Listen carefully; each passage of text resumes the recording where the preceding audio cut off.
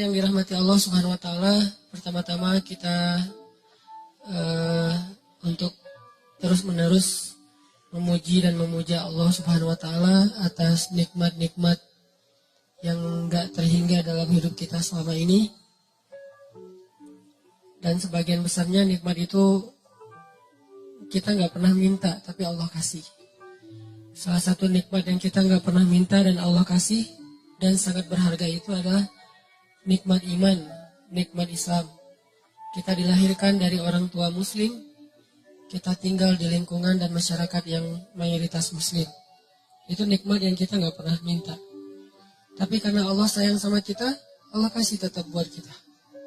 Kalau dibandingkan dengan orang lain yang mencari Islam itu dengan proses yang panjang, proses yang rumit, kayak Salman Al-Farisi yang harus jadi budak dulu untuk menemukan Islam. Harus dijual dulu untuk menemukan Islam. Harus dirampok dulu di tengah jalan untuk menemukan Islam. Kayak Suhaib bin Amr harus jatuh bangun dulu, harus miskin dulu untuk bisa mendapatkan Islam. Ada banyak proses yang dilalui orang lain dan sulit. Itu terjadi di zaman sahabat dan terjadi juga di zaman kita sekarang.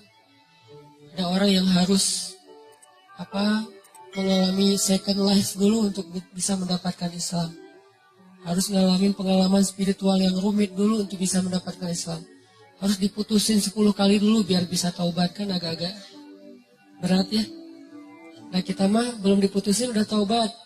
Habis taubat baru diputusin. Artinya kita dikasih nikmat itu sama Allah tanpa harus susah-susah. Lahir udah sebagai muslim. Orang tua dua-duanya muslim. Masyarakatnya mayoritas muslim. Kebayang nggak kalau kita lahir sebagai muslim, orang tua muslim tapi di Rohingya? Yang berislamnya susah banget. Makin kelihatan Islamnya, makin kelihatan solehnya, makin besar ancamannya. Dibakar hidup-hidup, digorok di depan keluarga, orang tua, pasangan dan anak perempuannya dinonai di depan dia, dan dia nggak bisa buat apa-apa. Berislam yang sangat luar biasa beratnya di sana. Atau di Suriah, di Palestina, yang Palestina mungkin udah hampir 1 abad. Dan lebih dari 60 tahun mereka dijajah. Atau nenek moyang kita lah, yang berislam dulu di zaman Jepang dan Belanda, susah. Sekarang, kita Allah beri nikmat yang kita nggak minta. Lahir setelah Indonesia merdeka, lahir setelah masa-masa sulit ketika awal-awal Indonesia merdeka, lahir di lingkungan kaum muslimin yang mayoritasnya di Bandung pula. Karena ada beberapa wilayah di Indonesia yang berislam juga masih susah sampai sekarang. Dengan konflik-konflik sosial yang kadang-kadang, konflik horizontal yang kadang-kadang terjadi itu, sampai kita ketakutan gitu. Kok ada di suatu wilayah yang umat Islam itu yang kayak dulu tahun 2001, yang sempat rame tuh di Ambon, di Poso. Alhamdulillah kita di Bandung. Pernah minta nggak lahir sebagai orang Bandung? Nggak pernah. Tapi Allah kasih nikmat lahir sebagai orang Bandung. Dan saya aja orang Aceh cemburu sama orang Bandung. Alhamdulillah Allah takdirkan saya tinggal di Bandung. Ini nikmat yang besar. Tanpa saya mengeluh sebagai orang Aceh, karena itu juga nikmat yang luar biasa buat saya. Karena bisa dibilang itu sesuatu karunia. Tapi Bandung punya nikmat lain yang mungkin orang Aceh nggak punya. Orang Aceh punya nikmat lain yang jelas kita dilahirkan dalam suasana yang sangat nyaman. Berislamnya tuh nggak repot.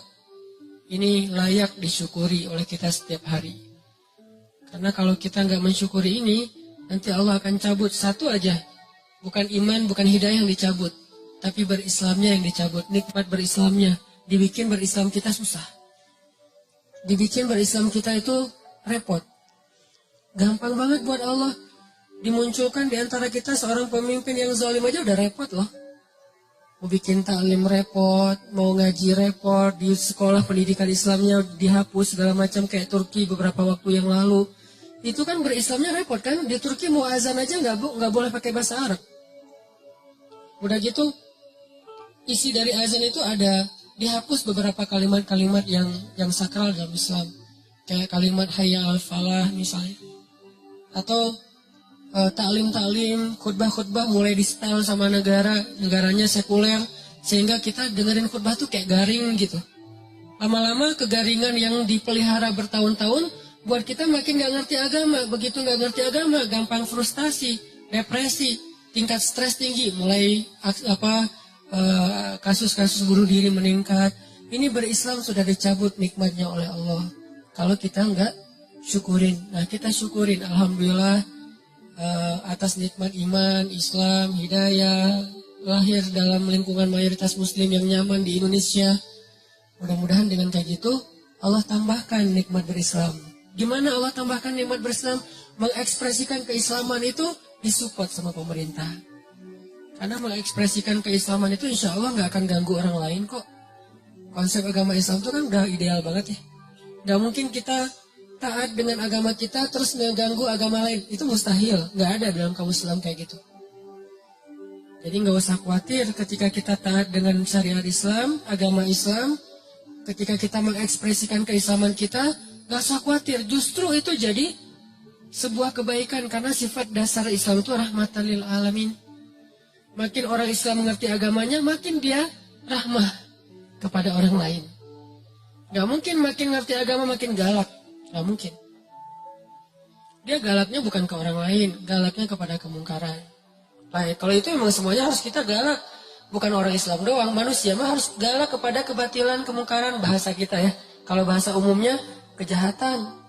Harus galak dong dengan kejahatan. Kalau enggak kejahatan merajalela. Galak dengan kriminal-kriminal yang luar biasa merajalela. Galak dengan orang yang membunuh bayi nggak berdosa apa kurang. Emang nggak boleh galak. Bayi dibuang di kebun gitu. Emang nggak boleh galak.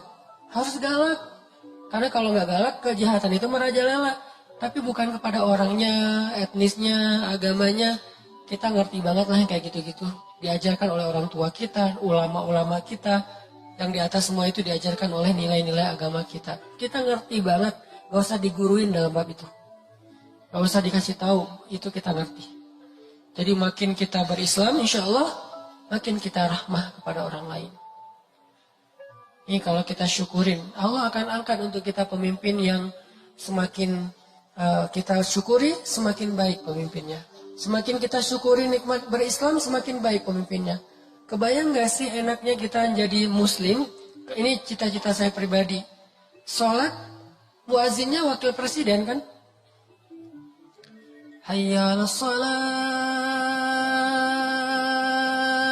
Lembut azannya. Siapa? Wakil presiden. Istiqlal. Hayya 'alas shalah.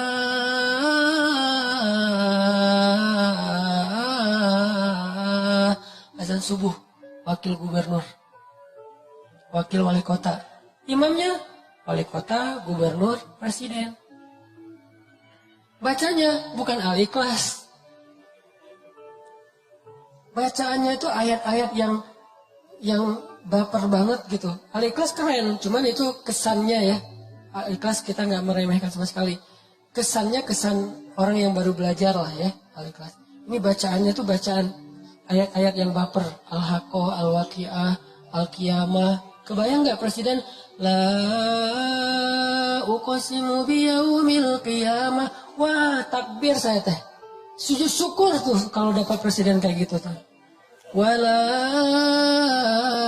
uqsimu bin nafsil lawamah. Wah, itu benar-benar nikmat dari langit untuk bangsa Indonesia tuh. Nikmat dari langit tuh untuk warga Jawa Barat. Nikmat dari langit tuh untuk warga Bandung. Kalau imam kita adalah jangan dipisahin lagi imam masjid dengan imam pemerintahan. Karena dalam Islam gak ada pemisahan tentang itu. Dulu Abu Bakar ya imam juga. Umar ya imam juga. Dengan kapasitasnya. Puncaknya Utsman dan Ali. Karena Utsman ini ulama Al-Quran. Ali ini ulama banyak ilmu dalam Islam. Sampai seorang presiden kayak Utsman tuh. Lagi ngajarin Al-Quran di dalam Masjid Istiqlal. Namanya dulu Nabawi. Di Masjid Istiqlal lagi ngajarin Quran nih. Tiba-tiba datang murid di pintu masjid. Gak sengaja ngelihat cewek lagi lewat. Kesingkap jilbabnya karena angin. Dia pikir karena gak sengaja sekilas cuma rambut doang. Gak istighfar. Ah itu mas sepele gitu receh. Dosa receh. Masuklah dia ke masjid. Presiden bilang gini. Kenapa ada yang masuk ke dalam majelis kita? Sementara di dalam matanya masih ada bekas dosa. Ini presiden punya telepati yang luar biasa nih. Kenapa masuk ke dalam majelis kita seseorang yang di matanya masih ada bekas dosa?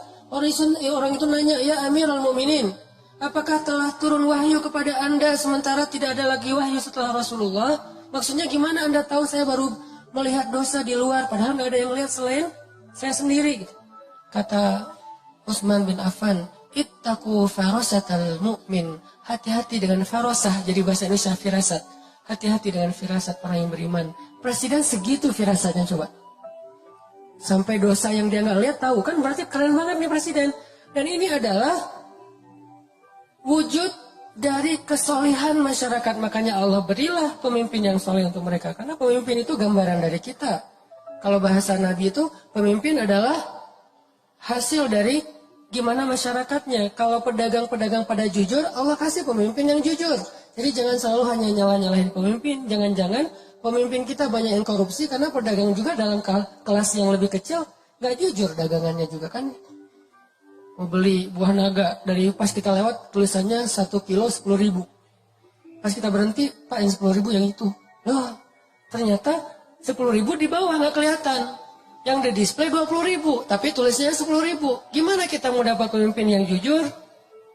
Bukankah salah satu cara Allah menghukum masyarakat yang curang adalah dengan menghadirkan pemimpin-pemimpin yang curang? Dan Allah tahan air hujan? Itu hukuman, jadi bukan dari pemimpinnya, balik lagi kepada kita. Syukuri nikmat itu. Itu kemenangan dakwah buat saya ya. Saya nggak tahu masalah politik, tapi dari angle saya sebagai orang sebutnya ustadz nih, harapan besar saya tuh pengen banget sholat suasananya kayak di Masjid Nabawi di zaman para Khulafaur Rasyidin. Itu keren banget. Yang azannya wakil presiden, wakil gubernur, wakil wali kota, yang imamnya adalah orang nomor satunya. Dengan bacaan yang fasih. Dan dia menghayati bacaan itu. Dan insya Allah ini bukan berarti jangan politisasi agama. Enggak sama sekali. Bukan urusan itu. Apa salahnya kita berharap pemimpin kita bacaan Al-Qurannya bagus kan? Bukankah itu bagian dari kesolehan kita dalam menerapkan agama Allah? Dan itu bukan hal yang berlebihan. Buat apa bacaan bagus tapi korupsi? Ya insya Allah itu kan bacaan bagus indikasi bahwa dia udah gak korupsi. Kita berharapnya kayak gitu, itu puncaknya. Saya gak perlu ngomongin bab korupsi, bab empati, segala macam. Pastinya mudah-mudahan itu wajah displaynya adalah bacaan bagus. Tapi karakternya pastinya jujur, merakyat, adil, kayak gitu-gitulah. Sekarang kita syukurin dulu nih nikmat berislam kita. Mudah-mudahan Allah terus memberi petunjuk kepada pemimpin-pemimpin kita dan mengangkat untuk kita pemimpin-pemimpin yang seperti harapan-harapan orang yang beriman. Terus kemudian salawat dan salam masih prolog untuk kekasih kita Nabi besar Muhammad SAW. Benar-benar kita coba setiap hari belajar teman-teman, belajar mencintai Nabi. Yang paling layak dicintai dalam hidup kita itu pertama Allah, kedua Nabi, ketiga orang tua, keempat mantan. Nggak masuk lah. Keempat adalah pasangan dan keluarga kita, qurrata ayun. Kalau yang belum punya minimal 3 dulu lah. Allah, Nabi, dan orang tua. Itu urutan, ini bukan acak, urutan. Jadi kayaknya nggak fair kalau kita cinta banget sama orang tua kita, apalagi cinta banget dengan itu. Tapi ke Allah Rasulnya tuh kayak nggak ada greget-gregetnya, biasa-biasa aja. Giliran nama dia disebutin, kita langsung kayak Giliran nama Allah disebutin biasa aja, nggak ada rasa wajilat qulubuhum. Nah ini kayak nggak fair menurut saya. Belajar deh, pelan-pelan dibangun itu takjub sama Allah, ingat betapa baiknya Allah sama kita. Takjub sama Nabi, ingat betapa baiknya Nabi sama kita. Kalau saya sekarang membiasakan setiap, karena saya pengen respect banget sama Nabi semampu saya, kalau sholat sama Nabi itu saya takzim, menghargai. Misalnya Allahumma sholli ala sayyidina, takzim banget. Kenapa? Sosoknya memang layak ditakzimin, gak usah kita. Malaikat aja takzim sama Nabi. Apa takzim teh? Kayak apa, hormat banget ya, respect banget. Malaikat aja respect banget sama Nabi Muhammad. Malaikat tuh sayang banget sama Nabi. Sampai Jibril tuh pas ngedampingin Nabi wafat, Nabi lagi sakaratul maut, Jibril buang muka. Nabi tanya, ya Jibril, kamu benci ngeliat wajah saya? Enggak ya Rasul, saya enggak tega. Kayak seorang ayah yang anaknya lagi mau diinfus, bayinya lagi diinfus, lagi disuntik, kan enggak tega banget kan ngelihatnya ya. Kayak gitulah Jibril kepada Rasulullah SAW. Enggak tega Jibril mau ngelihat Nabi lagi diinfus, maksudnya lagi ditarik nyawanya. Apalagi Aisyah yang mangkuin Nabi, apalagi istri-istri Nabi yang lain yang ngelihat Nabi dalam keadaan susah. Ini keringat beliau, keringat dingin karena sakaratul maut. Nabi dalam keadaan kayak gitu, yang diingat siapa? Kita, ummati. Ya Allah gimana? Karena Nabi pengen make sure ke Allah, kalau nanti di akhirat beliau bisa mensyafaati kita. Itu deal-dealannya Nabi terakhir. Maaf, saya nggak mau promosi. Ya, saya juga nggak nonton soalnya. Cari di YouTube. Deal-dealan Nabi sama Allah yang terakhir itu adalah make sure kalau Nabi itu bisa syafaatin umatnya. Itu tuh deal-dealan Nabi sama Allah yang terakhir loh.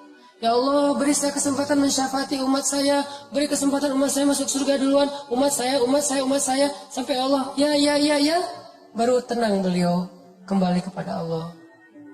Itu permintaan terakhir Nabi. Kalau kita kan permintaan terakhir mungkin gak akan keingat orang lain. Jangankan orang lain, mungkin keluarga aja gak ingat. Pasti diri sendiri yang kita pikirin kan. Kalau Nabi yang dipikirin orang yang gak kenal sama beliau. Terus kita kenapa masih kikir untuk bersalawat sama beliau? Beliau aja yang gak kenal sama kita terus berusaha untuk memberi syafaat buat kita. Masa salawat aja males? Sallallahu alaihi wasallam. Dan kenabian beliau memang luar biasa. Saya baru dengar ada sebuah cerita nih, keren nih. Dulu tuh ada seorang laki-laki namanya Ahban. Ahban ini penggembala domba gitu. Lagi menggembala domba ya. Tiba-tiba ada seekor serigala naik ke atas puncak bukit. Terus bicara kayak manusia. Ini di zaman Nabi. Seekor serigala naik ke atas bukit, ngelihat domba yang banyak digembalain sama Ahban. Dia bilang, ya Ahban, kenapa kamu menghalangi dan menghalangi saya dari rezeki yang Allah tentukan untuk saya? Kata serigala, mana rezekinya? Domba. Kan dikawal terus sama Ahban nih, sehingga serigala nggak bisa mendekat. Sehingga serigala ngeluh gitu, curhat gitu teh. Wahai Ahban, Ahban gitu. Kenapa kamu menghalang-halangi rezeki Allah untuk saya? Berupa domba-domba. Ahban lihat kanan kiri, mana orang yang ngomong? Kata serigala, saya, kata serigala teh. Oh kamu, ajaban. Mengagumkan sekali serigala bisa bicara seperti manusia. Kata Ahban, kata serigala, ada yang lebih mengagumkan daripada ini. Apa? Ada seorang laki-laki di Madinah, dan dia adalah utusan Allah. Dialah yang paling mengagumkan. Lebih gempar daripada serigala bisa ngomong. Beneran. Ini Ahban orang Madinah, dia nggak tahu tentang kenabian Rasulullah. Pulanglah dia ke kampungnya, nanya tentang Muhammad, tentang kenabian. Datanglah kepada Rasulullah. Begitu Ahban bertemu dengan Rasulullah, Rasulullah tersenyum dan mengatakan, apa yang dikatakan serigala itu kepadamu, wahai Ahban? Dia makin kaget. Ya Muhammad, bagaimana kamu tahu tentang apa yang saya bicarakan dengan serigala? Allah Subhanahu wa Ta'ala yang Maha tahu segala sesuatu. Akhirnya asyhadu an la ilaha illallah wa annaka rasulullah. Banyak banget bukti-bukti kebesaran itu. Jadi nggak usah ragu lagi bahwa Muhammad sallallahu alaihi wasallam adalah utusan Allah, orang terpilih yang Allah aja udah maafin kesalahan beliau tapi nggak menyebutkan kesalahannya. Tapi Allah maafin, tapi nggak disebutin kesalahannya. Saking mulianya Rasulullah sallallahu alaihi wasallam. Jadi teman-teman yang dirahmati Allah, mudah-mudahan walaupun ini disebut prolog, tapi ini juga bagian dari konten penting buat kita sadari. Syukuri nikmat berislam kita. Nikmat hidayah, taubat, hijrah kita. Nanti Allah akan tambahkan. Suasana keislaman itu adalah nikmat yang paling besar yang Allah berikan kepada hambanya. Ketika suatu negeri bisa berislam dengan nyaman, berarti negeri itu dapat nikmat yang paling besar yang pernah diberikan kepada manusia. Karena dikasih harta, belum tentu negeri itu nyaman. Buktinya beberapa negara maju yang kita lihat futuristik banget, angka bunuh dirinya tinggi. Bukan berarti nggak penting ya, penting. Cuman itu doang nggak cukup. Dikasih alam yang indah, kalau nggak bisa dikelola malah jadi musibah. Tapi kalau dikasih keislaman dan hidayah, maka Allah SWT akan cukupkan yang lain-lain. Harta akan diberkahi, alam akan diberkahi, sosialnya akan diberkahi. Semua jadi berkah gara-gara keislaman. Tapi kalau Islam dicabut, keberkahan itu juga akan hilang. Walaupun kita punya materi-materi itu. Sama kayak keluarga. Kalau keluarganya soleh, Allah cukupkan rezekinya. Allah bahagiakan hatinya. Allah sehatkan tubuhnya. Allah nyamankan suasana keluarganya. Tapi kalau orang dikasih harta doang tapi nggak dikasih kesolehan di dalam keluarga itu, justru harta penyebab kekacauan di dalam keluarga itu. Syukuri nikmat berislam. Yang kedua, cintai Rasulullah Sallallahu Alaihi Wasallam. Semoga kelak di akhirat kita bisa benar-benar menatap wajah Nabi. Oh, ini yang namanya Rasulullah Muhammad. Pantesan kok seluruh dunia itu kagum kepada beliau. Tajdid, perbaharui. Kalau saya memperbaharuinya kadang-kadang selain dengan baca sirah, baca hadis, karena iman kita kan lemah ya, harus dicas itu bukan mingguan, bulanan, harian kayaknya. Kalau sahabat mingguan cukup, kita harian karena cepat banget dropnya. Kayak handphone udah rusak, baru dicas udah ngedrop. Tadi siang baru dicas, jam 2 siang, jam 1 dicas, jam 2 udah tinggal 5%. Nih handphone hati kita ini lagi ngedrop. Cas lagi. Salah satunya saya kadang-kadang ngecasnya lewat kayak nasyid-nasyid, lagu-lagu tentang keistimewaan Nabi, kayak Nabi itu tersenyum. Tadi sore pas lagi jalan ke sini di mobil dengerin tabassum atau tabassam. Nabi itu suka senyum. Kenapa kamu kok kerung? Bahasa liriknya tuh. Nabi aja suka senyum. Kenapa tuh? Coba dulu wae gitu ya. Oh udah, saya lagi di mobil. Tadinya gini. Nabi aja tersenyum. Itu mendoktrin loh. Ke bawah loh. Makanya lagu itu penting juga ya. Jadi buat seniman-seniman, para musisi nih, saya support sebetulnya dengan bakat seni, musisi atau apa. Selama itu didedikasikan buat hal-hal yang keren. Terus Nabi, laukana bainana, Nabi seandainya Nabi ada di tengah-tengah kita, itu benar-benar haru loh. Refresh. Kayak kita nge-refresh semangat dengan mantan lewat lagu-lagu melo kan ya. Begitu dengar backsound aja, nggak usah lagu backsound sebuah booster tentang yang kayak gitu-gitu Tokyo Cinderella Story atau apalah kayak gitu-gitulah, saya nggak ngerti. Korea-Koreaan lah, Jepang-Jepanan. Kok jadi kayak ingat lagi yang dulu, terus tiba-tiba yang tadi kayak perasaan tadi asik-asik aja, tiba-tiba pas dengar lagu itu jadi kayak keinget lagi dia yang menyakiti hati kita 20 tahun yang lalu gitu. Masih diingat aja. Kenapa kok bisa ke-refresh? Lagu kan? Dengerin deh lagu-lagu tentang Nabi biar kita jadi selawat-selawat tentang Nabi biar kita gak nge-refresh hati. Gak tahu teman-teman ya, kalau saya jujur pribadi ini, kalau dengar lagu-lagu tertentu tuh bisa kayak apa gitu. Apalagi lagunya, sebutlah misalnya lagu Cinta Kita Berakhir di Januari gitu-gitu kan. Itu kan, sama lagi Januarinya. Gak usah ketawa. Kan itu kayak kena banget, sama banget ya kisahnya sama saya, suka ke bawah-bawah gitu. Belum lagi nanti lagu-lagu yang, pokoknya lagu-lagu mellow tuh bisa bikin refresh semangat rasa kita. Kenapa nggak lagu tentang Nabi Muhammad SAW?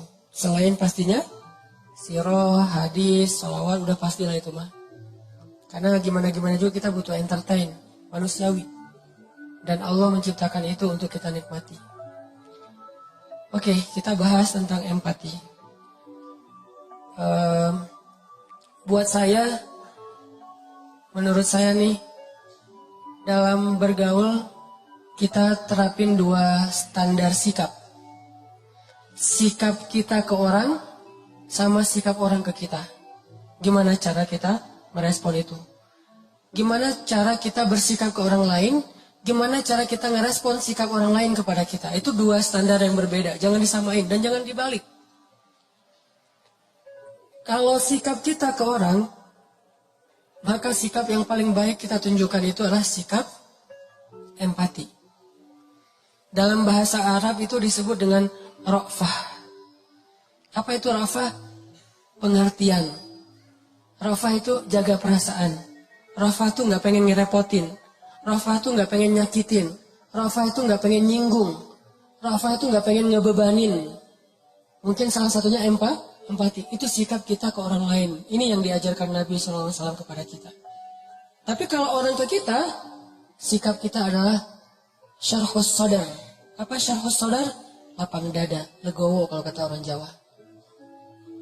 Syarhus sadar. Alam nasyrah laka sadrak. Kalau kita ke orang, ra'fah, jaga perasaan dia. Kalau orang ke kita, lapang dada. Jangan dibalik. Kalau kita ke orang, berharap dia lapang dada. Kalau dia ke kita, berharap dia empati. Ini egois nih. Ra'fah dong. Jangan. Kalau orang ke kita, jangan minta dia supaya ra'fah. Tapi minta supaya kita bisa berlapang dada terhadap kekurangan dia. Kan enak nih. Tapi giliran kita ke dia, kita ra'fah. Tapi kalau dibalik, giliran orang ke kita, harusnya dia ra'fah sama saya Ustadz. Tapi dia tuh gak pengertian banget. Ini kebalik. Terus giliran kita ke orang lain, ya dia harusnya kan berlapang dada, kan saya manusia biasa, dibalik lagi. Sikap ini yang selama ini ketukar, jadilah banyak chaos. Kita dengan pasangan, kita dengan teman kos-kosan, dengan teman kuliah, dengan dosen, dengan murid, dengan orang tua bahkan. Orang tua meminta anaknya supaya ra'fah kepada dia, dan dia berharap orang anaknya juga lapang dada terhadap dirinya. Ini nih. Anak juga kayak gitu ke orang tua, gak bisa. Makanya empati itu saya berharap gak bisa utuh kalau kita hanya bahas empati. Takutnya nanti kita berharap orang lain yang empati ke kita. Gak gitu, kita yang empati ke orang lain. Makanya ada hadis kita ke orang, ada hadis orang ke kita. Kayak yang dulu saya bilang, hadis tentang doa orang yang terzalimi itu diijabah kan ya? Itu buat siapa? Itu bukan hadis buat, wahai orang-orang yang sedang terzalimi. Terutama yang baru aja diputusin dengan bahasa-bahasa yang gak enak. Bukan untuk mereka, untuk yang mutusin. Lo yang menzolimi, doa orang yang terzolimi itu diijabah lo, hati-hati gitu. Jadi jangan dibalik angle-nya, sehingga kita gak menjadi orang yang hanya menuntut hak.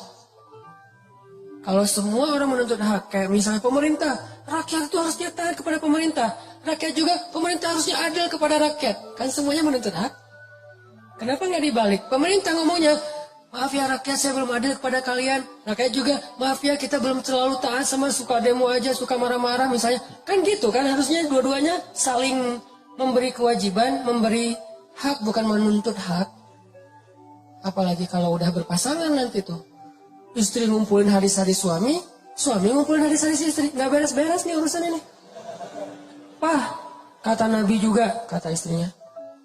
Perlakukanlah istri kalian dengan lemah lembut. Tuh, kata Nabi, Pak.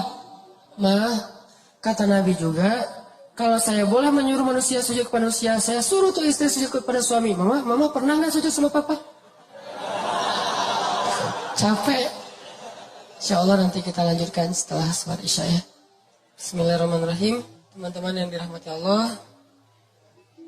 Jadi, sikap kita itu ada dua dalam bergaul, dalam bersosial, kalau bahasa dakwah dalam bermuamalah. Pertama, sikap kita ke orang lain adalah ra'fah. Kalau ditanya dalil mah sebetulnya ada dan jelas banget di Al-Quran. Allah menyebutkan pertama kalau di dalam surat Al-Qalam itu wa innaka la'ala khuluqin.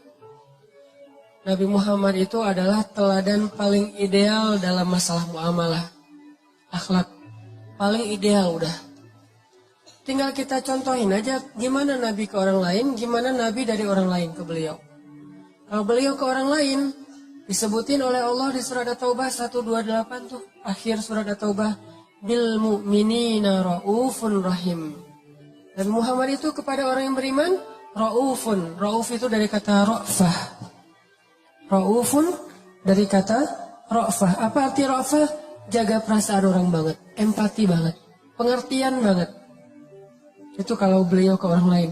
Saking pengertiannya Nabi ke orang lain, sampai-sampai Nabi itu sering jadi kayak ngeberatin diri sendiri, jadi kayak korban gitu demi menjaga perasaan orang.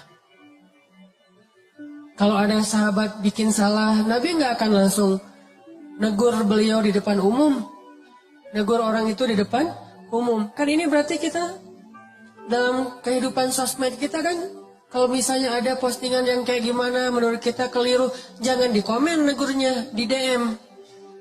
Tapi DM-nya nggak dibaca Ustadz, japri, nggak dirit juga Ustadz, doa aja. Mudah-mudahan Allah kasih dia digerakkan untuk membaca. Kalau enggak lewat siapa gitu, teman dekat, pokoknya jangan di depan umum deh. Itu kalaupun masukan kita benar, jangan-jangan udah ramai di depan umum ternyata salah pula. Ini kan berarti kita kayak agak-agak konyol gitu kan ya. Kenapa? Karena kita nggak jaga perasaan orang lain. Jangan sampai kita terbiasa, walaupun sosmed itu kan terbuka ya, siapa aja bisa ya, tapi tetap muslim, ada etikanya. Jangan sampai kita terbiasa dengan sosmed yang terbuka, akhirnya bebas, mau ngucapin apa aja, sampai kata-kata yang gak pantas juga keluar. Kayak tadi saya baru nge-delete beberapa komen dari postingan saya yang kemarin, kan yang masalah daya kolot. Ada yang komen sampai kata-katanya gak enak gitu, saya delete. Kenapa? Kok masa di komen ada istilah nama hewan di situ teh? Kan gak pas gitu. Terus ada yang istilahnya mencela apa segala macam. Ini kayaknya orang yang nggak ngerti lah, nggak tahu dari mana asalnya. Udah aja saya delete, sekalian orangnya di blok. Kenapa saya blok? Bukan benci sama orangnya, dia udah nggak benar cara bermedia sosial, dan ini nggak sehat buat yang lain, ini harus dihentikan. Tapi saya nggak mau ngerespon yang kayak gitu-gitu, males, jadi malah rame.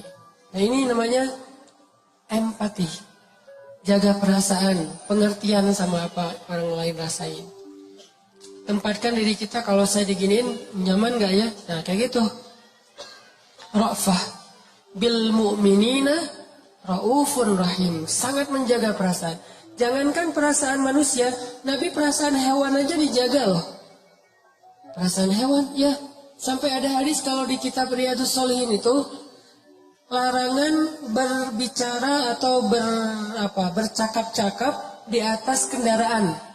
Maksud kendaraan di situ hewan tunggangan. Dilarang dalam Islam itu dua orang laki-laki sambil naik di atas hewan tunggangannya, terus hewannya berdiri aja nganggur, kita ngobrol gitu. Nggak boleh dalam Islam. Kalau pengen ngobrol yang lama, apalagi ngopi-ngopi, udah aja turun dari hewan, biar hewan itu cari makan, istirahat dulu. Ya mungkin mau berebah atau ngapain gitu, ngelurusin kakinya apa, capek kan. Ya mau apa, dia pengen jauh-jauh juga, bukan kita doang yang pengen santai. Biarin dia istirahat. Jadi kita ngopi-ngopinya di bawah, jangan sampai ngopi-ngopi di atas, ngobrol terus nunjukin, oh ini ada masalah lagi training topik, tapi di atas hewan, hewannya kan bete di bawah. Ngapain sih kan lama-lama amat, gua juga pengen makan atau ngapain gitu. Itu ada hadisnya, saking Nabi ra'fah. Dengan hewan aja ra'fah. Dengan tumbuhan, Nabi ra'fah. Kan dulu tuh Nabi kalau khutbah berdirinya di atas satu pohon korma nih. Kebenaran pohon kormanya kayak agak miring melintang gitu. Nabi berdiri di atas pohon korma untuk khutbah. Begitu kaum muslimin sudah mulai agak mampu nih, dibikinlah mimbar untuk Nabi. Yang sekarang di Raudhah tuh, dibikin mimbar. Sehingga Nabi khutbah tidak lagi berdiri di atas pohon korma. Maka pohon itu pun menangis. Nangis kayak anak bayi. Nabi, maaf, langsung turun dari mimbar, duduk lagi di atas pohon itu. Pohon itu diam. Manja banget kan pohon sama Nabi teh. Kira-kira istrinya gimana? Pohon aja gitu. Masya Allah ya, sosok Nabi ya. Pohon aja pengen manja sama beliau, gimana istrinya? Kita, pohon aja malas didudukin sama kita. Malas banget. Kucing aja lari dari kita. Kalau Nabi kucing datang, sampai serigala aja ngomong, merekomendasi. Jadi serigala kayak testimoni gitu tentang Nabi. Serigala testimoni, kan dia, serigala ini kan binatang buas, tapi mentestimoniin Rasulullah SAW. Kenapa? Karena semua alam mencintai beliau. Hanya yang fitrahnya sudah berubah yang tidak mencintai beliau. Kalau yang masih sesuai fitrah, manusia, jin, hewan, tumbuhan, semesta yang masih fitrah nih, cinta pasti sama Nabi. Hanya hati-hati yang sudah berubah, tidak lagi fitrah, yang tidak cinta kepada Nabi. Ra'fah. Kayak kita ra'fah kalau misalnya kita beda pendapat nih. Dalam satu grup tuh teman kita ada yang misalnya dia tuh sebutlah kalau sholat misalnya dia tuh kayak pakai sarung. Yang satu lagi santai, nggak pakai sarung, yang penting sopan. Jangan sampai kita broadcast di grup itu tentang hal-hal yang menyinggung perasaan teman kita yang berbeda cara ritual. Yang satu tahlilan, yang satu tidak. Yang satu mauludan, yang satu tidak. Yang satu mungkin ngerokok, yang satu enggak. Gak usah dibahas di depan orang banyak. Saya sampai kadang-kadang bingung ngejawabnya. Ada yang nanya ke saya, Ustaz, apa hukum rokok? Gimana nih jawabnya nih? Karena dia sedang ngerokok, nanya hukum rokok di depan orang banyak. Kalau saya bilang boleh, saya berpendapat rokok itu nggak boleh, apalagi di depan umum kalau misalnya mengganggu orang lain. Tapi kalau saya nggak jawab, kalau saya nggak jawab, itu jadi kayak dia nanya, dibikin hari gitu, dibikin ketawa aja, dibikin kayak canda gitu. Kenapa? Saya nggak mau jawab pertanyaan-pertanyaan pribadi di depan umum. Apalagi kalau misalnya di sosmed, yang saya tahu mungkin followers kita juga macam-macam kan karakternya. Masa ditanya di depan umum, saya harus jawab, ini agak-agak bahaya nih. Sehingga yang kayak gini-gini namanya ra'fah, harus mikir banget, ini gimana nanti dia perasaannya. Kayak kadang-kadang ra'fahnya misalnya kita ke guru atau kita ke orang lain. Saya pernah jadi kebayang sekarang gimana Nabi itu luar biasa ya, jaga perasaan sahabat. Kayak saya pas lagi jalan kemana orang minta foto, Usana boleh foto. Kadang-kadang lagi capek banget, kadang-kadang lagi sibuk, bahkan kadang-kadang lagi makan gini. Pas mau, Usana boleh foto? Oh iya, foto. Jadi saya pengen ra'fah ke dia. Dia juga kalau kita jadi sebagai orang yang mungkin ngefans sama orang, ra'fah gitu. Oh Ustaznya lagi makan, oh Ustaznya lagi kayak WA. Kadang-kadang lagi saya lagi kayak WA gitu, ada yang harus diberesin cepet. Ustaz lihat dulu ke kamera, iya. Ustaz ntar lagi nih, tadi blur, apa segala macam. Ini kan ra'fah, saya bayangin. Saya tuh masih bisa nolak kadang-kadang. Maaf ya, jangan foto sekarang. Maaf ya, saya lagi sibuk. Maaf ya, lagi makan atau apa. Maaf ya, lagi bete. Bisa gitu kan ya. Tapi kalau Nabi nggak bakalan. Saking ra'fahnya Nabi, saya kagum sama ra'fah Nabi. Seandainya Nabi hidup di zaman kita sekarang, pasti banyak banget kan yang pengen foto sama Nabi. Kadang-kadang ada DKM di beberapa kota nih, kalau saya keluar kota, kan kita coba mengkondisikan sewajar mungkin. Boleh foto, tapi kalau udah terlalu ramai kan jadi nggak maksimal ya. Saya kadang-kadang mau ceramah, tapi yang ngajak fotonya ramai, jadi udah nggak kondusif, ditahan. Kadang-kadang ada beberapa DKM, inisiatifnya bagus. Siapa yang pengen foto semua sana? Silakan baris. Siapa yang nyuruh nih? Akhirnya baris panjang. Ustaz, itu di luar banyak yang pengen foto. Udah diatur sama dia. Kan ini luar biasa ya. Buat saya yang sekarang dalam kondisi yang orang pada ngajak foto tuh lama-lama capek juga gitu. Saya kebayang Rasulullah kalau hidup di zaman sekarang pasti nggak akan nolak kalau orang ngajak selfie. Nabi boleh selfie? Boleh. Nabi boleh selfie? Boleh. Nah, pasti boleh. Nggak mungkin Nabi jawab nggak boleh. Terus gimana dong kalau Nabi udah berat? Allah yang akan jadi manajernya Nabi itu. Nggak boleh. Kenapa? Ada ayatnya. Banyak dulu di zaman Nabi orang datang pengen curhat sama Nabi itu. Surat curhat. Al-Mujadilah. Nabi saya pengen curhat. Nabi terus ngantri itu pengen curhat sama Nabi. Sama kayak ngantri pengen curhat ke Ustaz gitu. Banyak banget. Dan Nabi kan juga butuh waktu sendiri untuk istirahat, untuk keluarga gitu kan. Cuma Nabi tipe orangnya nggak bisa nolak. Nabi boleh curhat, boleh. Nabi boleh curhat, boleh. Nabi boleh curhat. Terus aja lewat japrian, lewat telepon, ketemu langsung. Semuanya pengen curhat sama Nabi. Akhirnya karena Nabi orangnya nggak bisa nolak, Allah turunkan ayat. Kalau kalian pengen curhat sama Nabi, sedekah dulu. Sampai di kayak bahasa kita mungkin lebih ke dikomersilkan. Bukan Nabi pengen, bukan. Cara Allah menghentikan orang-orang yang curhatnya nggak penting. Curhatnya, Nabi saya pengen punya alhamdulillah istri saya baru hamil, boleh minta nama. Mungkin penting buat dia, tapi kan kalau jadi terlalu banyak kan lumayan juga buat energi Nabi kan ya. Padahal agenda dakwah Nabi banyak nih. Akhirnya Allah bikin ayatnya, walaupun itu ayatnya mansuh, sudah dihapus. Tapi ayatnya masih ada, hukumnya yang dihapus di surat Al-Mujadilah. Kalau kalian pengen curhat kepada Nabi, sedekah dulu. Sejak harus bayar, kalau mau curhat sama Nabi, mulailah berkurang orang yang curhat. Tadinya yang curhat banyak banget nih, sejak berbayar, udah nggak lagi. Sekarang kalau curhat, registrasi dulu. Satu curhat, Nabi juga bingung berapa ya. Nabi nanya ke Ali berapa? Kata Ali, 1 genggam gandum ya Rasul. 1 genggam gandum itu kurang lebih sekitar 3.000-an lah. 3.000? Kata Nabi, kamu mah zuhud banget, kata Nabi. Akhirnya ditetapkan sekian, yang angka itu bikin orang kalau nggak penting-penting amat, malas lah curhat. Kalau penting banget dia akan bayar, dan Nabi juga boleh untuk dirinya, disedekahin lagi buat fakir miskin. Itu pernah berlaku loh, baca nanti surat Al-Mujadilah. Setelah udah kondusif, baru hukumnya dicabut sama Allah. Jadi Allah yang nge-manajerin Nabi, saking Nabi itu rafah, gak enak nolak. Nabi itu bukan tipe orang yang bisa nolak orang lain. Kalau ada yang minta sedekah ke Nabi, atau datang minta bantuan ke Nabi, gak pernah Nabi nolak. Gak pernah sama sekali. Kalau Nabi gak bisa bayar bantu dia, gak bisa ngasih ke dia, Nabi gak akan berhenti di situ. Nabi akan pegang tangannya, ngajak dia nyari ke orang lain yang bisa bantu dia. Maaf, saya nggak bisa bantu apa-apa. Ya udah, saya temenin nyari ke tempat yang lain.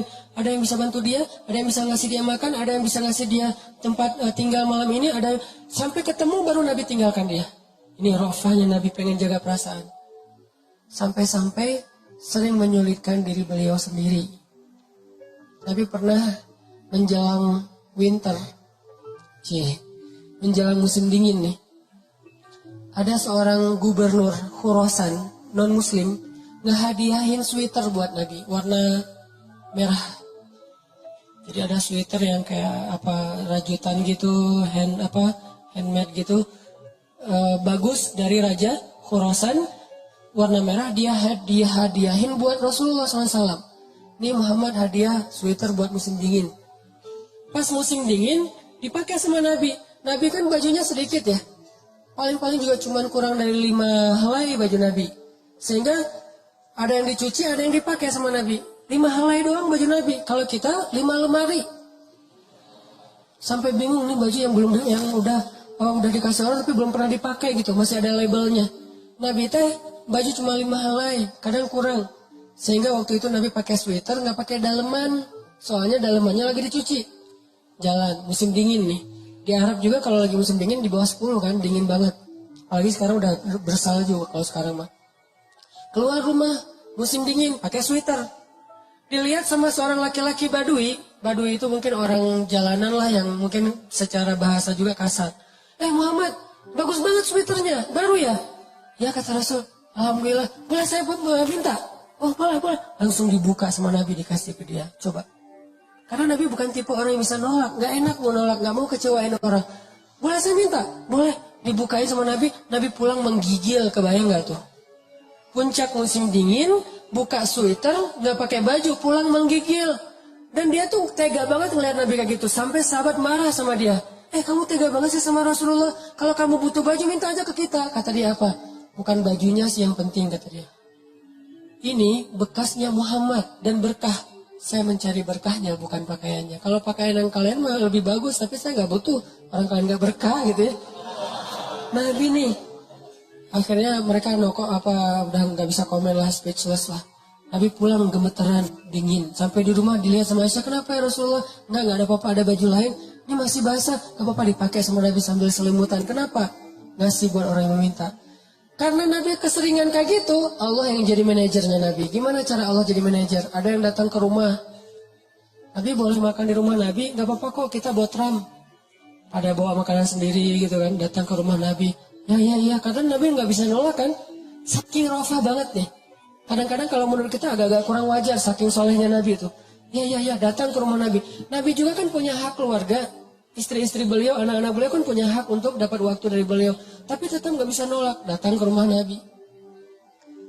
Datangnya juga nggak sekaligus. Saling nunggu, datang. Jangan dibuka dulu ya Nabi, nunggu yang lain belum pada datang. Kalian di mana aja? Ini kesasar, share location dong. Share. Ternyata share disconnect 10 kilo bedanya. Cari lagi. Lama pokoknya kalau dalam imajinasi kita tuh lama. Datang satu-satu sampai udah lengkap semuanya. Udah semuanya udah silakan makan, dibukain, makan. Udah selesai makan, ngobrol. Lama-lama saya juga pernah ngerasain kayak gitu. Ada orang mungkin saking sayangnya sama saya. Kayak nyaman gitu ngobrol sama saya. Buka topik. Satu topik itu 10 menit. Ustaz, kemarin saya baru gini-gini. Mulai ini saya. Oh gitu-gitu. Oh gitu. Padahal udah gak kuat. Tapi gitu kan basa-basi ya untuk menghargai orang. Selesai satu topik karena dia ngerasa kayak nyaman gitu ngobrol. Buka topik yang kedua. Wah 10 menit lagi nih. Topik kedua selesai. Topik ketiga. Dan itu wajar. Banyak orang kayak gitu. Di zaman Nabi lebih dari itu. Karena orang ke guru aja bisa kayak gini. Apalagi ke Nabi kan. Nabi. Dah. Yang kedua. Saya juga Rasul. Akhirnya semuanya pada ngomong. Dan Nabi diem aja nungguin. Tetap senyum. Tetap udah ngantuk-ngantuk. Istri beliau udah bete di kamar, nggak datang-datang nabinya teh. Gimana ini? Nggak ada Abu Bakar, nggak ada Umar yang bisa ngemanajerin Nabi nih. Sekarang nggak ada siapa-siapa, Nabi sendiri aja. Turun ayat di surat Al-Ahzab. Kalau kalian udah selesai makan, jangan meneruskan pembicaraan, pulanglah. Barulah Nabi bilang, alhamdulillah turun ayat, kata Nabi teh. Masya Allah. Gara-gara kita lama di rumah Nabi, akhirnya dapat ayat. Hebat juga nih, apa ayatnya Nabi? Bacain dong. Gak apa-apa dibacain. Gak apa-apa. Kalau kalian udah selesai makan, pulanglah. Oh gitu, astagfirullahaladzim. Pada bubar gitu. Jadi Allah yang nge-manajerin Nabi, saking Nabi gak enakan coba. Ini nih, artinya ra'fah. Tapi kadang-kadang ra'fahnya kok Nabi doang ya ra'fah ya. Umatnya gak ra'fah. Harusnya kita kayak gitu. Ke orang lain itu ra'fah. Gak enak lama-lama. Gak enak. Sifat gak enak itu bagian dari sifat sunnah Nabi loh. Gak enak kalau komen di depan umum. Gak enak kalau kita menjudge. Gak enak kalau kita marah-marah. Gak enak kalau kita coret-coret mukanya. Gak enak apa gitu. Gak enak. Jaga perasaan orang lain teh. Nah ini namanya ra'fah. Kalau hidup kita penuh dengan kayak gini ke orang lain, insya Allah akan lebih nyaman cara gaul kita, masyarakat kita.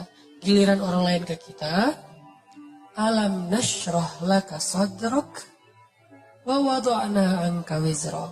Kalau kita lapang dada, ringan beban kita teh. Kenapa kadang-kadang punggung kita ini di sini tuh pundak kita rasanya kayak keras gitu kan ya? Kebanyakan pikiran. Pas kita dipijat, kenapa nih keras banget? Stres. Kenapa kok bisa stres? Dadanya sempit. Orang yang dadanya sempit, satu kesalahan orang aja udah bikin dia nyesek. Tapi kalau dadanya lapang, kesalahan-kesalahan orang itu gak bikin dia nyesek karena masih lapang. Kayak sebuah ruangan sempit, ditaruh satu barang udah sesek. Tapi kalau ruangannya luas, ditaruh banyak barang juga masih lapang, gor gitu. Taruh lemari beberapa masih lapang. Tapi kalau kamar mandi, taruh lemari satu udah gak bisa ngapa-ngapain kan ya. Jadilah syarhus sadar, berlapang dada dengan kesalahan orang lain kepada kita. Sehingga kita gak gampang nyesek, kita gak gampang stres, kita gak gampang nyimpen, gak gampang sakit punggung kita. Kayak gitu Allah bilang, alam nasyrah laka sadrak. Kalau udah lapang dada, wa wada'na anka wizrak, kami turunkan beban-beban kamu. Alladzi anqadha dhahrak, yang memberatkan punggungmu. Caranya gimana? Fa inna ma'al usri yusra, inna ma'al usri yusra, fa idza faraghta fansab, wa ila rabbika farghab. Itu kan ajaran supaya syarhus sadar. Pasti ada kebaikan di sini, pasti ada kebaikan di sini. Minta aja sama Allah, minta tolong kepada Allah, maafkanlah dia. Supaya kita nggak nggak memberatkan punggung, nggak jadi berat sendiri gitu. Jadi stres sendiri, jadi kayak terbeban sendiri. Ini kalau orang kepada kita, kayak misalnya cara lapang dada itu kayak husnuzon salah satu yang paling penting. Oh, pasti bukan saya maksudnya. Kadang-kadang kan kita suka baper sendiri ya. Ada yang ngomong apa, chat di grup, kita ngerasa kayak di-spam gitu. Wah ini gua banget nih yang diomongin. Padahal enggak. Bukankah kita sering dengerin khutbah atau ceramah seseorang ustadz itu, kayak ustadz itu kenal kita banget? Kok ustadz itu jadi tahu masalah saya sih? Enggak, dia enggak tahu masalah kita. Allah yang menuntun lisannya karena pengen menasihati kita lewat dia. Tapi dia enggak tahu, jadi jangan kegeeran atau jangan baper sendiri. Wah, ustadz ini pasti ngomongin saya nih. Enggak, ustadznya juga enggak tahu masalah kita. Karena ada beberapa kasus yang saya pernah kayak gitu, saya lagi ngomongin apa, terus tiba-tiba ada jemaah yang kayak tersinggung. Wah, Ustadz ngomongin saya nih di depan umum. Siapa juga orang saya nggak kenal orangnya. Kenapa kok persis? Saya juga sering kayak gitu kan, udah 2 tahun ini kan saya nggak khutbah Jumat nih. Kenapa nggak khutbah Jumat? Salah satu alasannya saya pengen Jumat itu privasi waktu buat anak laki-laki saya. Karena dia sekarang udah 3 tahun, saya kasih jatah pokoknya Jumatan harus di Cihanjuang bareng Yahya. Karena saya pengen dampingin dia ke masjid hari Jumat. Alasan kedua, ada penyakit Ustadz yang dulu pernah saya alamin. Apa penyakit Ustadz? Keseringan ngomongin nasihati orang, jarang dinasihati. Nah, saya pengen Jumat itu waktu saya mendengar nasihat buat diri saya sendiri. Awal-awal itu benar kerasa. Pas pertama dengar khutbah orang, apaan sih ini kayak gini ngomongnya? Ada tuh, ego Ustadz kayak gitu tuh muncul tuh. Itu kan yang lagi diobatin tuh. Oh nggak gini, saya tahu dalilnya lebih dari ini. Mulai muncul gitu-gitu tuh. Awal-awal kayak gitu, tapi astagfirullahaladzim, sombong banget sih gue. Udah, terus kalau ada yang ngomongnya kadang-kadang kayak nggak mungkin belum terbiasa ngomong depan umum, kayak agak-agak nervous mungkin atau agak-agak kaku gitu.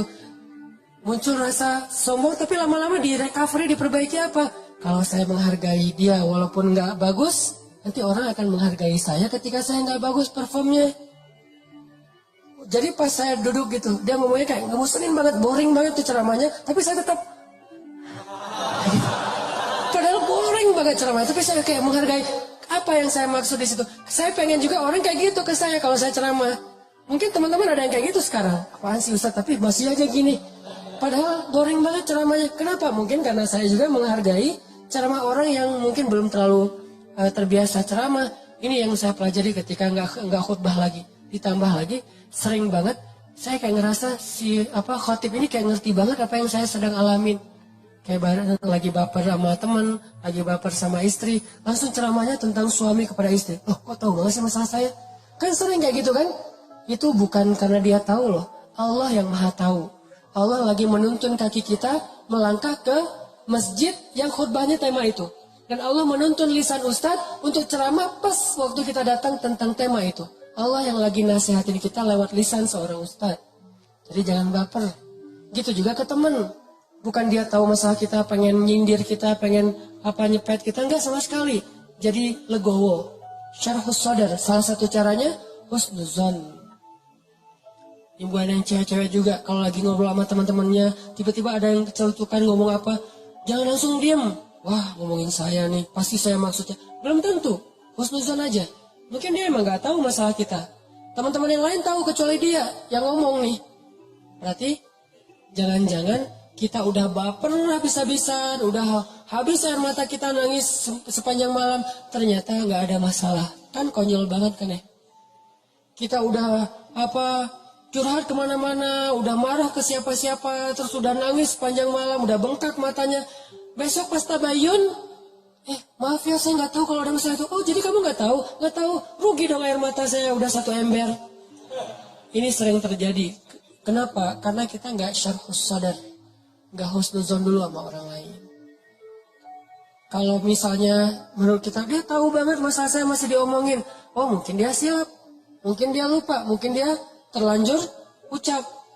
Atau enggak, dia pasti konsep tuh, soalnya captionnya tuh panjang banget, pasti dia nulis. Kalau gitu mudah-mudahan dia udah sadar sekarang. Belum sempat aja minta maaf ke kita, yang jelas dia udah sadar, udah minta ampun ke Allah. Husnuzon. Bukankah Allah mengatakan ijtanibu katsiran minaz-zon? Satu-satunya yang layak kita seuzonin itu cuma setan, bukan orang. Minimal kita bilang, bukan dia nggak maksud kayak gitu. Setan yang menuntun lisan dia. Setan yang bikin dia mengatakan itu. Dan dia udah sadar sekarang. Setan aja yang disalah-salahin, nggak apa-apa. Apa salah saya, kata setan? Ya emang salah.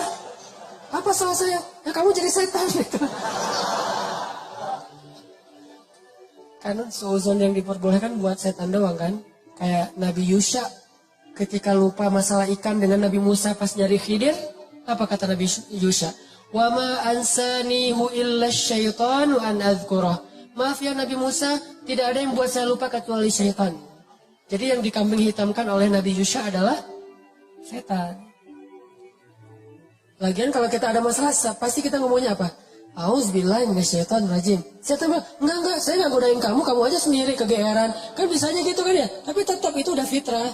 Nah, dia setan. Tapi kalau jin enggak. Kita nggak boleh seuzon sama jin. Ada penampakan apa, nih kayaknya mau ganggu saya sholat tahajud nih. Enggak, dia cuma lewat doang gitu.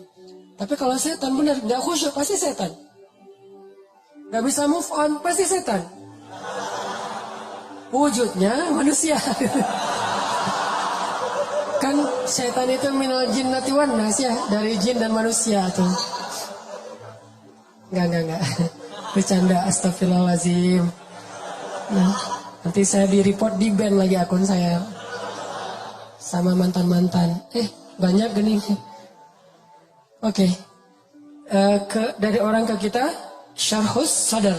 Cara syarhus sadar, lapang dada gimana? Husnuzon. Dan ini nggak bisa sekaligus, teman-teman, saya juga masih belajar husnuzon. Oh mungkin. Iltamis li akhika alfa uzrin. Cari 1000 alasan buat saudara kamu. Kalau nggak bisa gitu minimal cuek. Arti cuek nggak usah dipikirin. Nggak usah dibahas. Kadang-kadang ngebahas satu masalah sebetulnya cara lain buat setan untuk bikin kita nggak pernah bisa selesai dengan masalah itu. Terus saja dibikin berlarut-larut.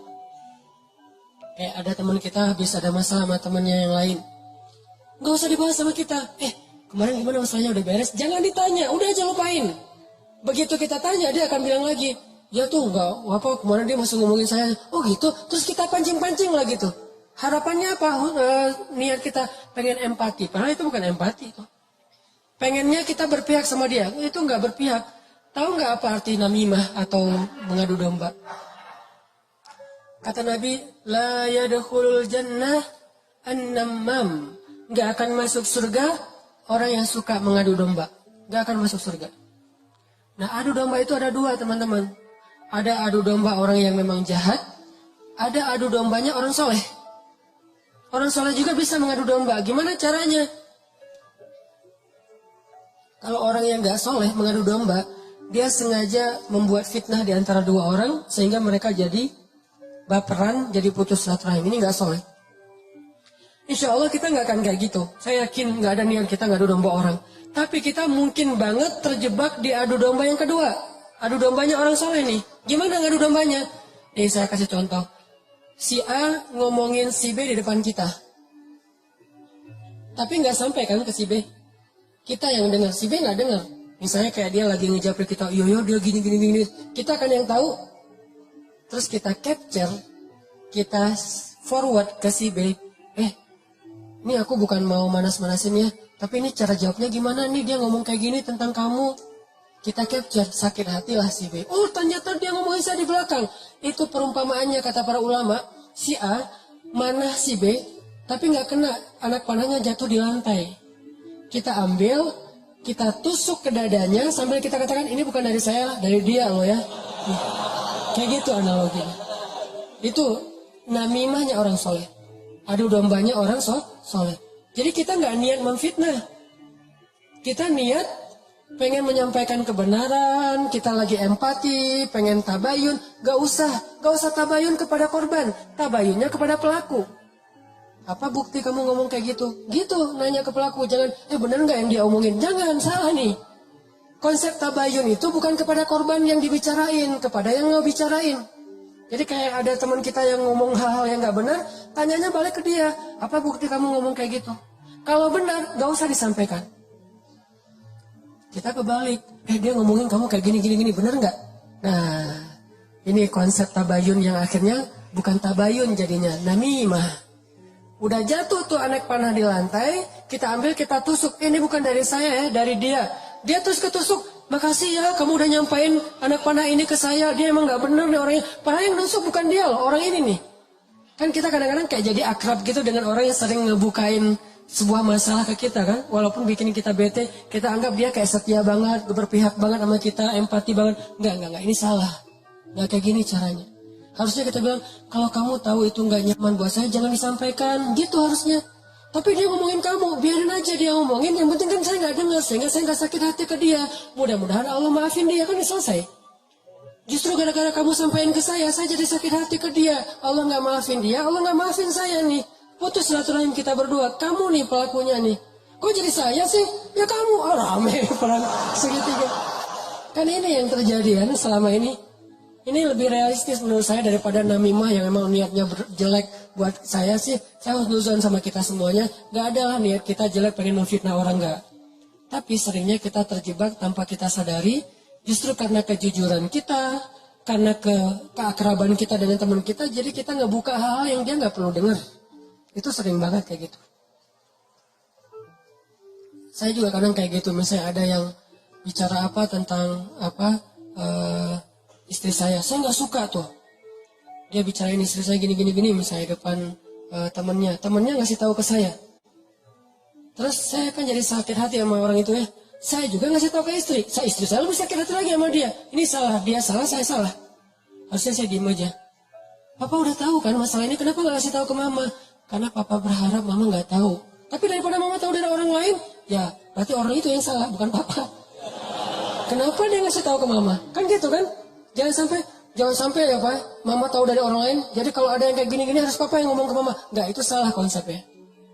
Gak boleh kita menyampaikan sebuah informasi walaupun benar, apalagi belum tentu benar, walaupun benar kepada orang yang kalau dia dengar dia akan sakit hati atau sedih. Gak boleh, diamin aja. Kalau ada hal yang gak benar, kita yang mengklarifikasi. Enggak kayak gitu, saya kenal dia gitu.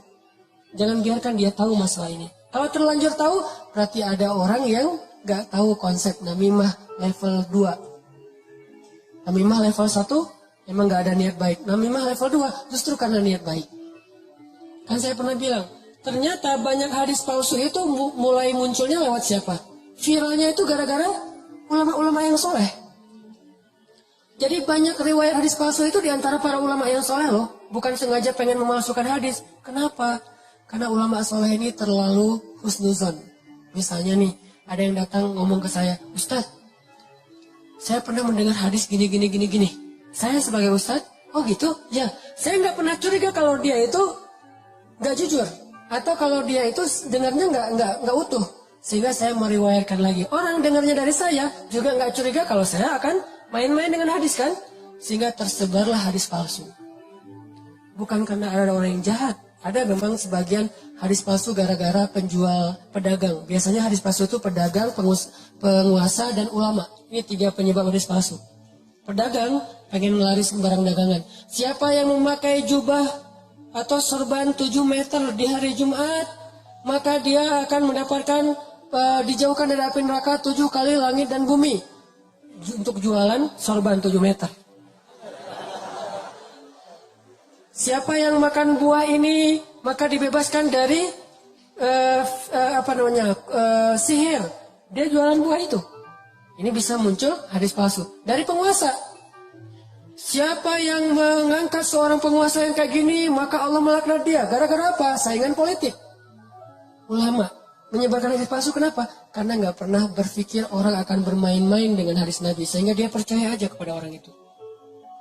Baru nanti di masa berikutnya, ulama ketika melihat banyak banget hadis palsu, mereka perbaiki. Ini riwayat dari siapa, ini dari siapa. Bisa jadi periwayat hadis palsu itu adalah orang soleh, ulama besar. Kenapa bisa ngeriwayatin? Husnuzon. Gak mungkinlah dia bohong atas nama Nabi. Langsung diriwayatkan balik kepada orang lain. Orang yang mendengar, gak mungkinlah Ustadz bohong atas nama Nabi. Terus saja hadis palsunya nyebar. Itu teman-teman. Jadi namimah, mengadu domba juga bisa kayak gitu. Gara-gara kita terlalu akrab dengan teman kita. Kemarin ada yang ngomongin kayak gini. Benar gak? Siapa? Si Fulan. Tapi ini aku karena ke kamu dekat ya teman. Jadi aku sampaikan nih. Terus yang teman yang dengarnya, makasih ya udah disampaikan. Kenapa makasih? Harusnya kita bilang, lain kali jangan disampaikan ya yang kayak gitu-gitu ke saya. Harusnya kayak gitu. Kenapa kita malah makasih? Makasih ya udah nyakitin hati saya kan gitu kan ya. Bahasa lainnya mah. Makasih ya udah bikin malam saya nggak tenang. Makasih ya udah bikin saya bete. Buat apa? Jangan disampaikan.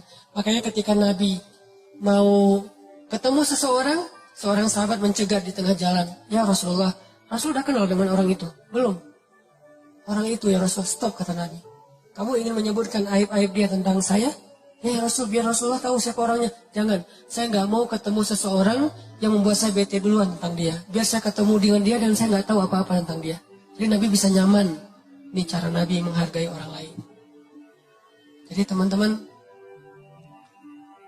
kalau kita ke orang jaga perasaannya, kalau orang ke kita berlapang dada. Husnuzon, maafin, lupain, gak usah dibahas, gak usah diperpanjang.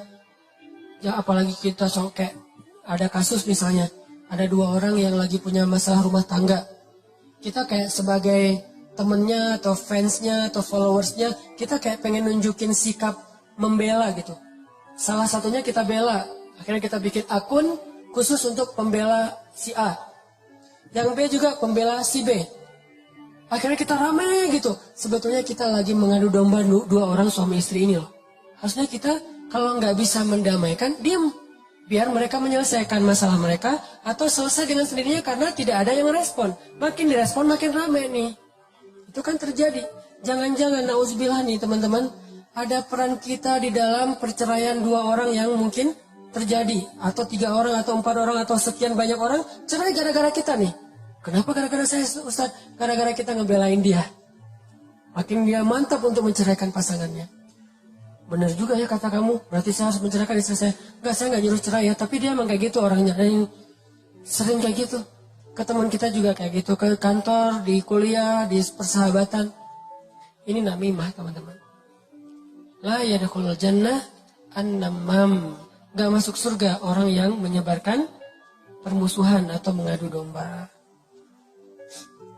Terakhir, mudah-mudahan kita benar-benar bisa menjalankan 2 konsep ini. Satu surat At-Taubah, Ra'fah. Satu lagi surat Al-Insyirah, Syarhus Sadar dalam bergaul kita. Sehingga insya Allah kita nggak punya banyak masalah di antara teman-teman kita.